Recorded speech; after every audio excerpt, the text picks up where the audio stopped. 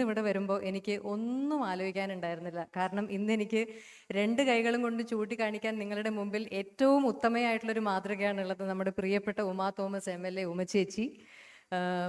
കാരണം നമുക്ക് എല്ലാവർക്കും അറിയാം, വളരെ സജീവമായി പ്രവർത്തിക്കുന്നതിനിടെ വളരെ അപ്രതീക്ഷിതമായി ഉണ്ടായ ഒരു അപകടത്തിൽ ഒരു വീഴ്ച പറ്റി കുറേ അധികം നാള് വിശ്രമത്തിലിരിക്കേണ്ടി വന്ന പ്രിയപ്പെട്ട ഉമച്ചേച്ചിയെക്കുറിച്ച്, ഉമച്ചേച്ചിയുടെ പ്രവർത്തനങ്ങളെക്കുറിച്ചൊക്കെ ഞാൻ ഒരുപാട് വായിക്കുകയും കേട്ടറിയുകയും ഒക്കെ ചെയ്തിരുന്നു. ഉമച്ചേച്ചിക്ക് ഇങ്ങനെ ഒരു അപകടം പറ്റി എന്നറിഞ്ഞപ്പോൾ കുറച്ച് ദിവസം ഞാൻ നാട്ടിലുണ്ടായിരുന്നില്ല. അതിനുശേഷം കുറച്ച് ദിവസം കഴിഞ്ഞിട്ടാണ് ഉമച്ചേച്ചിയുടെ വീട്ടിൽ പോയി ഫോണിലിടയ്ക്ക് സംസാരിക്കുമായിരുന്നു. പക്ഷെ നേരിട്ട് പോയി കാണാൻ സാധിച്ചത് കുറച്ച് നാളുകൾക്ക് ശേഷമാണ്.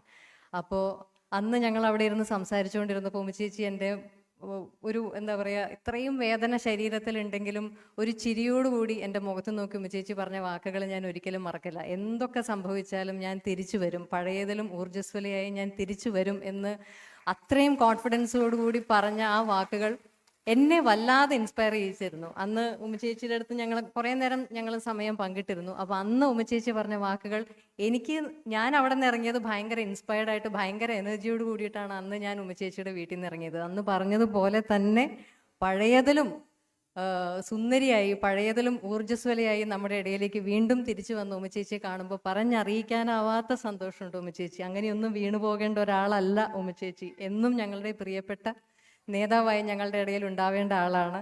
അപ്പോൾ ഉമ്മച്ചേച്ചിയുടെ സാന്നിധ്യം ഇന്ന് ഈ ചടങ്ങിലേക്ക് എന്നെ സ്നേഹത്തോടെ ക്ഷണിച്ചത് ഉമ്മച്ചേച്ചിയാണ്. അപ്പോൾ ഉമ്മച്ചേച്ചിയെക്കുറിച്ച് പറയുമ്പോൾ നമുക്ക് PT തോമസ് സാറിനെ കുറിച്ചും പറയാതിരിക്കാൻ നിവർത്തിയില്ല. ഒരുപാട് ഞാൻ അങ്ങനെ നേരിട്ട് കണ്ട് ഇൻട്രാക്ട് ചെയ്തിട്ടില്ല. പക്ഷേ ഈ സദസ്സിൽ പല ആവർത്തി ഇവിടെ സംസാരിക്കപ്പെട്ടതുപോലെ നിലപാടുകൾ കൊണ്ട് നമ്മളുടെയൊക്കെ ജനമനസ്സുകളിൽ എത്രയോ ആഴത്തിലുള്ള ഒരു സ്ഥാനമാണ് PT തോമസ് സാറിനുള്ളത്.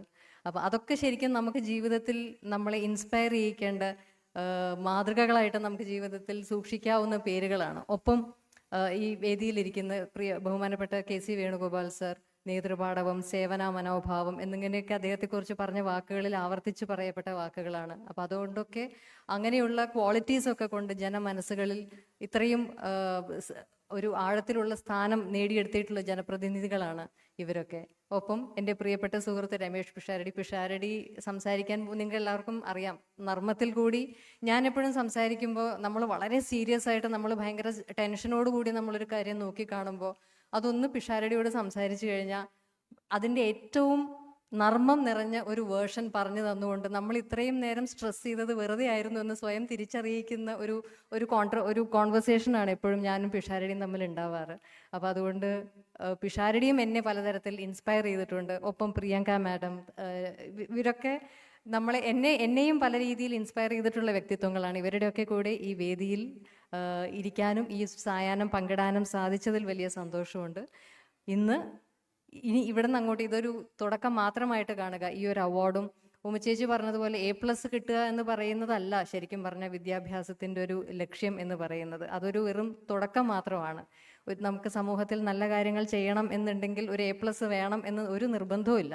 പക്ഷേ ഉള്ളത് ഒരു ബോണസാണ്. നിങ്ങൾക്ക് ഇനിയും ഒരുപാട് നല്ല കാര്യങ്ങൾ ചെയ്യാൻ ഉതകുന്ന രീതിയിലുള്ള വിദ്യാഭ്യാസം നിങ്ങൾക്ക് തുടർന്ന് കിട്ടട്ടെ. സമൂഹത്തിന് വലിയ മുതൽക്കൂട്ടായി മാറാൻ നിങ്ങൾക്കൊക്കെ സാധിക്കട്ടെ. വേണുഗോപാൽ സാർ പറഞ്ഞതുപോലെ വലിയ സ്വപ്നങ്ങൾ കാണാനും ആ സ്വപ്നങ്ങളുടെ ഒക്കെ പുറകെ പോകാനുമുള്ള എനർജി നിങ്ങൾക്ക് എന്നും ഉണ്ടായിരിക്കട്ടെ എന്ന് ആശംസിക്കുന്നു. എല്ലാവർക്കും ഒരുപാട് സ്നേഹവും അഭിനന്ദനങ്ങളും ഒരിക്കൽ കൂടി നേർന്നുകൊണ്ട് ആരോഗ്യവും മനസമാധാനവുമുള്ള ഒരു ജീവിതം ഉണ്ടാവട്ടെ എന്ന് ആശംസിക്കുന്നു. എല്ലാവർക്കും ഒരുപാട് സ്നേഹം.